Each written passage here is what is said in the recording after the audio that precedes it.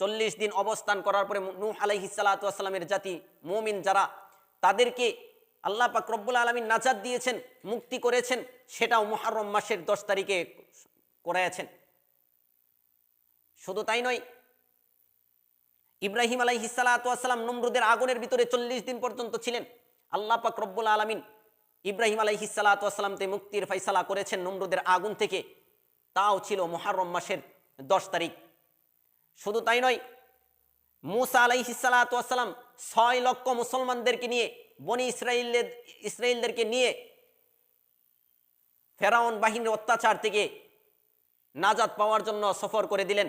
নদী পার হইতেছেন, আল্লাহ পাক রব্বুল আলামিন নাজ্জাল্লাহু বানি ইসরাঈলা মিন আদুবিহি, আল্লাহ পাক রব্বুল আলামিন মূসা আলাইহিস সালাতু ওয়াস সালাম আর তার বাহিনীদেরকে, মুসলমান বাহিনীদেরকে, ইমানদার বাহিনীদেরকে আল্লাহ পাক রব্বুল আলামিন মুক্তির ফয়সালা করেছেন ফেরাউন বাহিনীর অত্যাচার থেকে, তাও ছিল মুহররম মাসের 10 তারিখ।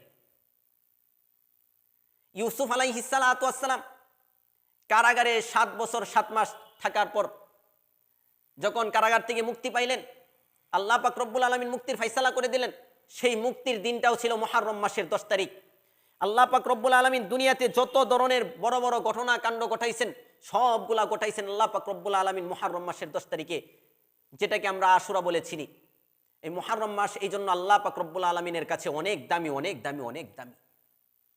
4টা মাস আল্লাহর কাছে দামি, তার মধ্যে থেকে মুহররম মাস একটা, সেটাও আল্লাহর কাছে অনেক দামি।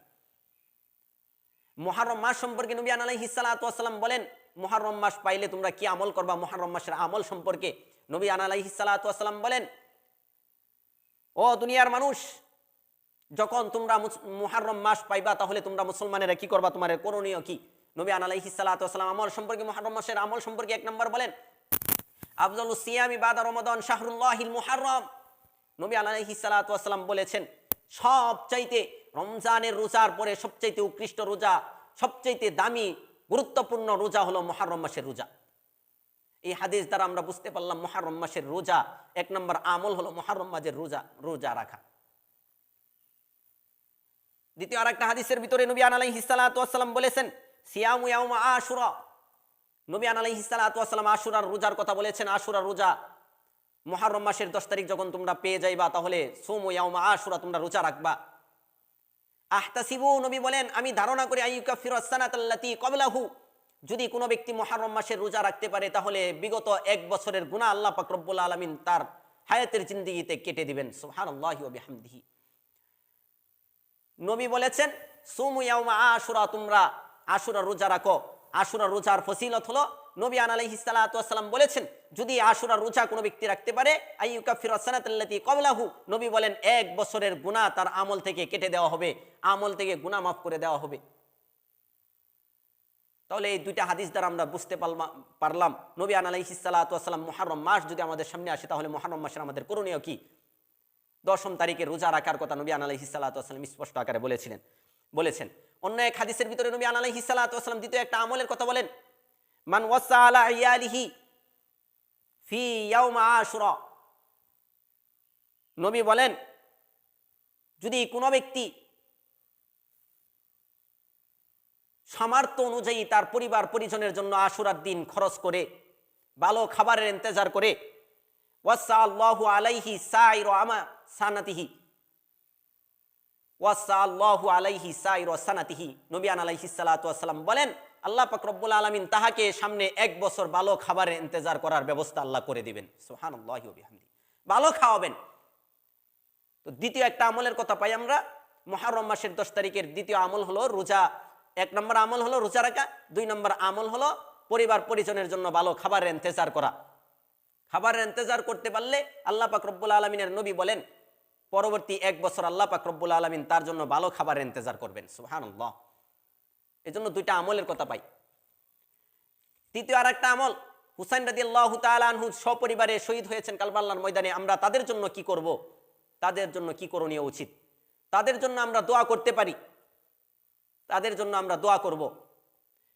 এখানে আরেকটা প্রশ্ন আসে, রোজা কয়টা রাখবে? 2টা রাখবে না 1টা রাখবে? নবী আলাইহিস সালাতু ওয়াস সালাম বলেন, সুমু, তোমরা রোজা রাখো তাসিয়া ওয়া আশিরা।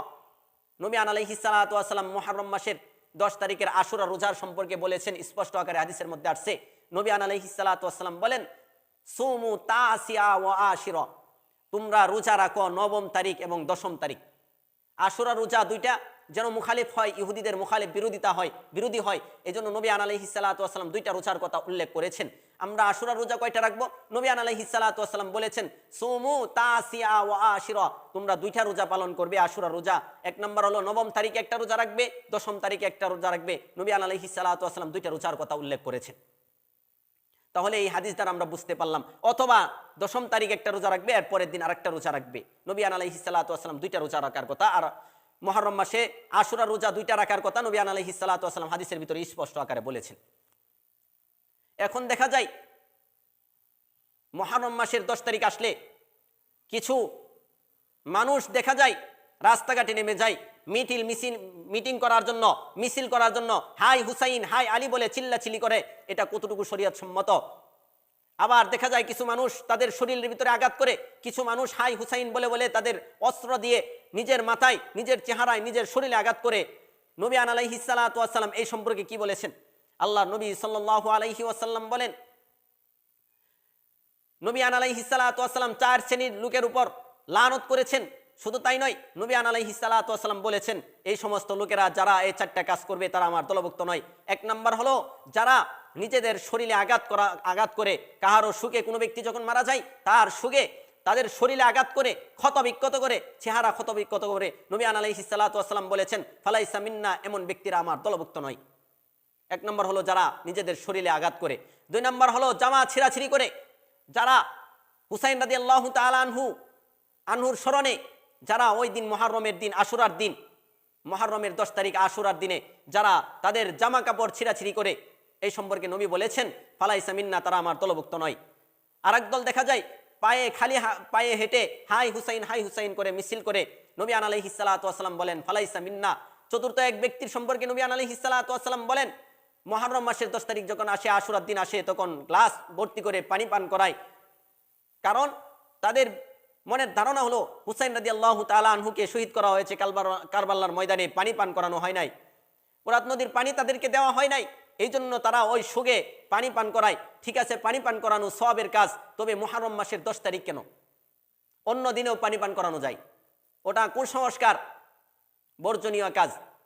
আমি বলতে চাই, যারা বাংলার জমিনে গুটি কয়েক কিছু মানুষ আছে যারা হাই হুসাইন বলে রাস্তায় চিল্লাচিল্লি করে আর নিজেদের শরীর ক্ষতবিক্ষত করে, ধারালো অস্ত্র দ্বারা হাই হুসাইন বলে তাজিয়া মিছিল করে, শুধু তাই নয়, তাদের জামা ছিঁড়াছিঁড়ি করে, তাদের মাথায় আঘাত করে, তাদের শরীরে আঘাত করে, তাদের শরীরের গোশত ক্ষতবিক্ষত করে, নগ্ন পায়ে হাঁটে, পানি পান করায়। এগুলা সম্পূর্ণ বর্জনীয়, সম্পূর্ণ বেদাত। এটা কোনো হুসাইন রাদিয়াল্লাহু তাআলা আনহুর শরণার্থী হতে পারে না। যদি স্মরণ করতে হয়, হুসাইন রাদিয়াল্লাহু তাআলা আনহুর ব্যথায় ব্যথিত হতে হয়, তাহলে তাদের জন্য দোয়া করা এবং নবী আলাইহিস সালাতু ওয়াস সালামের বর্ণিত হাদিসগুলা পালন করা, রোজা রাখার আদেশ করা হয়েছে, পরিবার পরিজনের জন্য ভালো খাবার দাবারের ব্যবস্থা করা কথা বলা হয়েছে। এইগুলা করা হলো ইসলামী হুকুম মানার শামিল। আর এগুলা না করা, যেগুলা শরীয়ত বহির্ভূত কাজ, এগুলা সম্পূর্ণ